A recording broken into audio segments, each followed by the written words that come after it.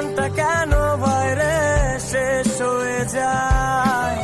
School জীবনের মতো মজায় আর যে কোথাও নাই আমার।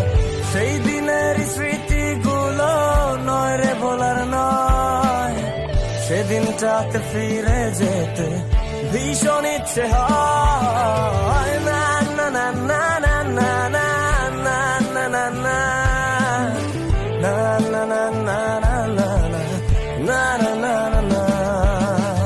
স্কুলের পথে বন্ধুর সাথে তাল মিলিয়ে চলা, ক্লাসে বসে পড়ার ফাঁকে কত কথা বলা।